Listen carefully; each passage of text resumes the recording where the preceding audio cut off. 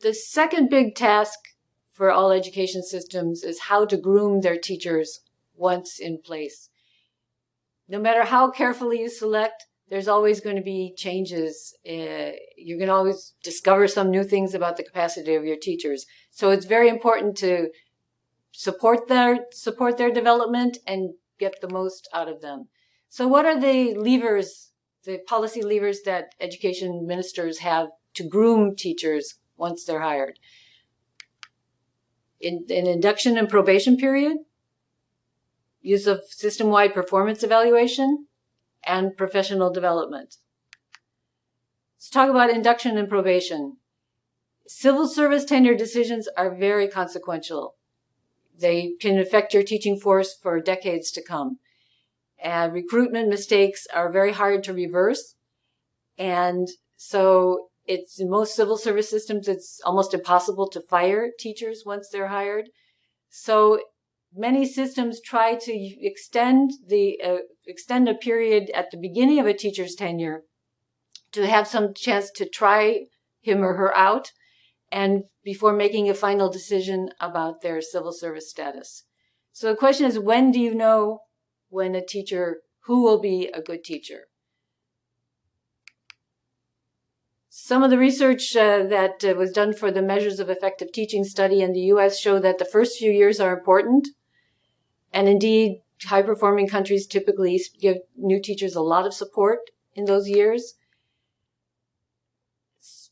So the induction period is very important, or if you want to call it a probation period. And in the private sector, what you see often is consequential probation or churn, that a lot of teachers are hired on a short-term contract for the first few years, and the school managers or school system managers fire a lot of them. There's a lot of turnover. But weeding out low performers in the first years, it makes sense. And it contributes to accountability if teachers know that somebody's watching, and, egregious performance mistakes will not be tolerated. But very few public sector systems use it effectively. In most countries, probation periods are pro forma, and teachers will go through them for 2 years, and with little evaluation, little support, and then become regularized. The second area is ongoing performance evaluation across the teacher's career. Periodic assessment of your skills and your performance with expert feedback. We all know that to change behavior, we need some kind of feedback. And the Measures of Effective Teaching study really looked at what's the best way to do teacher evaluation. How do you want to be fair? And they concluded that it's critical to include classroom observation, ideally using standardized instruments and trained observers, so that not every teacher is evaluated by a different person in a different way. You can include student feedback there's some student feedback instruments, and it's important that the feedback be confidential. And if available, if your school system has sufficient testing data, you can look at teachers' actual value-added impact on learning outcomes. So the Measures of Effective Teaching study did this experiment where they randomly assigned students to different teachers, and then they tried to do an evaluation predict how much the students in their various different classrooms would learn, based on these three elements, based on the classroom observation of the teacher using standardized instruments, based on feedback from the students, and based on, where available, some past test score data from that teacher's prior classes. And they found a very close correlation between the actual and the predicted achievement. So the lesson I would draw from this is that even if you don't have enough test data to calculate teachers' actual value added, you're likely to be able to get meaningful information about teachers' relative performance from classroom observations and student feedback. But introducing teacher performance evaluation into systems where it has not existed before is not easy. That's been a big part of the reforms in Ecuador and Peru and also in Chicago and Washington, D.C. in 2007 under Michelle Rhee. And it's politically controversial because teachers that have heretofore, up until then, teachers had, lifetime tenure and no risk of being dismissed. In all of these reforms, one critical new element is that they introduced the idea that if your performance is consistently poor, you can be dismissed even if you were hired under a civil service permanent contract. I'd say the best practice examples of well-designed teacher evaluation systems are Chile's Docente Más and Washington, D.C.'s impact programs.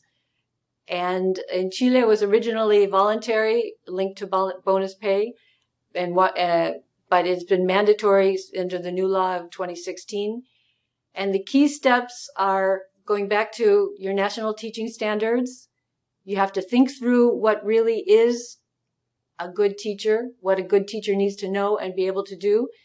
And then you have to think about what are the different levels of teacher quality, outstanding, effective, minimally effective, ineffective. And then you have to think about observable performance benchmarks for each level of quality and develop measurement instruments and processes. Just to give you an idea, here's Chile's Marco de la Buena Enseñanza, the teacher standards. This is the step of defining the performance levels. What's an outstanding teacher? What's a competent teacher? What's an adequate teacher? What's a inadequate teacher? Then for each performance area, you have to be able to spell out what you would see an outstanding teacher doing in that domain, what you would see an acceptable teacher doing in that domain, which takes a lot of preparatory work and a lot of training of the observers. And then you have to decide of your different elements in your review process, how much is each one going to be valued, how much is each one going to count in the final thing. In Chile, the main, the most important element is the portfolio, which is a videotape of a class that the teacher's choosing, and that's sent to an expert panel for review and evaluation. And Washington, D.C.'s instruments include teacher observations and also teacher value added from test scores, if where possible, if that's not possible, at least value added at the school level as a contributing factor. In Chile, they found that the higher test scores for students that were exposed to outstanding or competent teachers, even controlling for their socioeconomic status. So in Washington, D.C., over a 3-year period after the introduction of the teacher evaluation system, it had a significant effect on the overall teaching force. It moved the entire force in the direction of higher effectiveness by weeding out the ineffective teachers, because ineffective teachers in the Washington, D.C. reform were subject to immediate dismissal, and reducing quite a bit the minimally effective teachers, because the minimally effective teachers knew that if they had 2 successive minimally effective evaluations, they would be dismissed as well. And so a number of them opted for voluntarily leave the teaching force. And what happened over the next few years is that Washington, D.C. was able to replace the teachers that were eased out through these evaluations by teachers that scored more highly on the teacher performance evaluation. So they got an upgrade in the overall teaching force through the process of rigorous performance evaluation and feedback to the teachers. In Peru and Ecuador, it's been very interesting to see big gains. Both countries have had the largest gains in learning over the last 10 years. And contributing factors are the higher standards for entry into teacher training, the tighter accreditation of training institutes, the teacher evaluation systems, the hiring tests, and in the case of Ecuador, a big program to encourage teachers to take early retirement. What Ecuador did is say that any teacher that did not want to go into the new system where they could lose their civil service guaranteed job if they were evaluated poorly, anyone that did not want to face that risk could take an attractive retirement bonus. And over a 4-year period, something like 25% of the teachers, mostly older teachers, opted to take that retirement package. And the country was able to, through its test-based hiring and its new teacher preparation institute, was able to replace those teachers with younger and better trained teachers.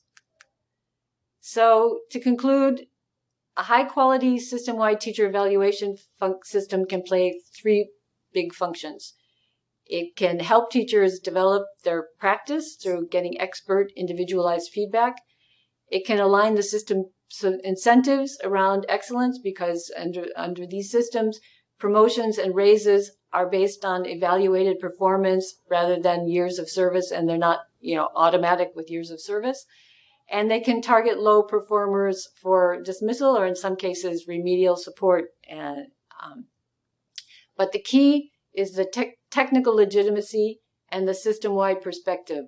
Colombia is a case where they left the teacher evaluation to the school directors, and school directors have a very difficult, that puts school directors in a very difficult position, because if they give a teacher a bad evaluation and they can't get rid of her, they just demotivates the teacher and creates another performance problem for the school. So that's something that has to be thought through. And what Chile, Ecuador, Peru are doing is having the teacher evaluation process be a system-wide function. The third tool that countries have to raise the caliber of their teachers is in-service professional development. And it's the one that they use the most, and it's the one that research shows is maybe the least effective. Countries spend billions of dollars annually on teacher training, and research shows that most of it is wasted. Kraft, a review of U.S. professional development programs, found that most of them fail to produce any real improvement in student learning outcomes, especially if they're implemented at scale.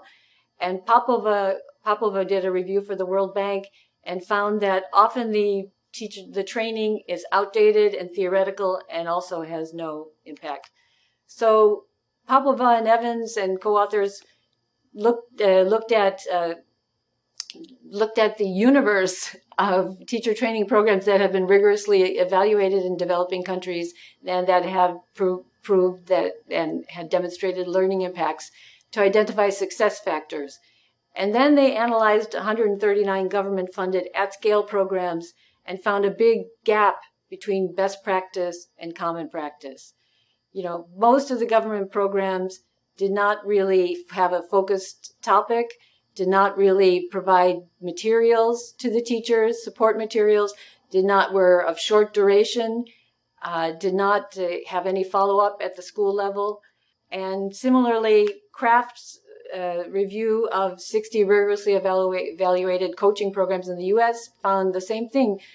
The success factors that they found in successful programs, that it was very closely tied to teacher practice, that it was intense and substantial duration, that there was a clear focus on discrete new skills and active learning, where the behaviors that they were trying to teach the teachers were modeled and demonstrated and worked directly with them. So Kraft's review found that really the most effective model was what he calls teacher coaching. It's individualized, it's time intensive, it's sustained over the course of a semester or a year, context specific, and focuses on discrete skills that the teacher needs.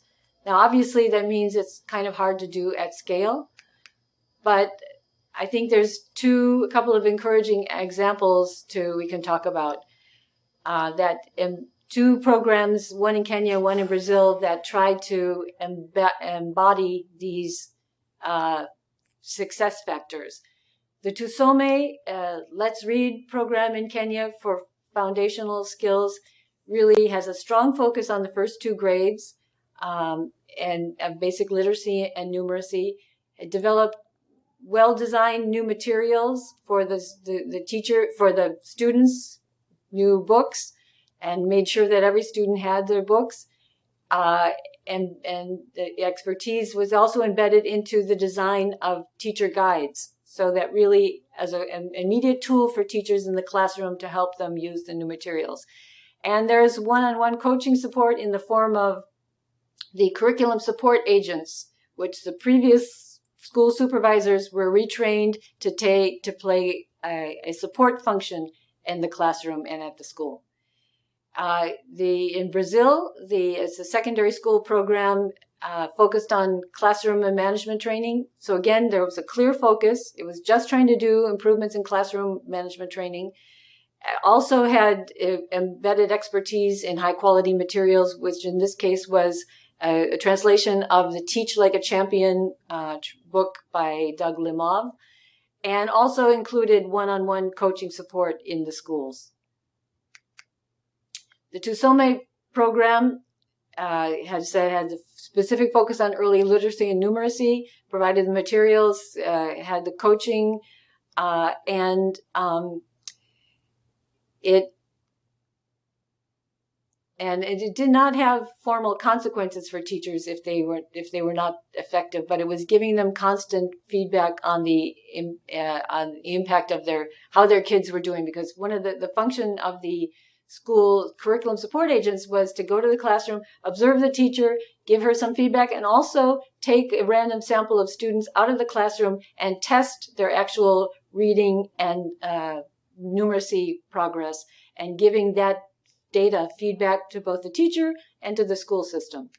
And the interesting thing about both programs is they were both subject to rigorous impact evaluations. The Tusome program, actually very interestingly, prior to the adoption of the final program design, the cost effectiveness of different combinations of inputs was evaluated carefully, and it was found that the combination of the teacher training workshops plus scripted guides for the teachers plus books for the students plus the monitoring support from the curriculum support agents was the most cost-effective design. And in Serra, a 300-school randomized trial found that the treated schools increased time on instruction 10%, and also was interesting, they reduced the variance in teacher practice within schools. And the program also, over the course of one school year, led to increases in student test scores in the treatment schools, and both the Portuguese and math on the national test and the state test. This is just a picture of the way the monitoring, the coaching worked. On the left side, it's the Tusome data that the curriculum support agents collected in the classrooms.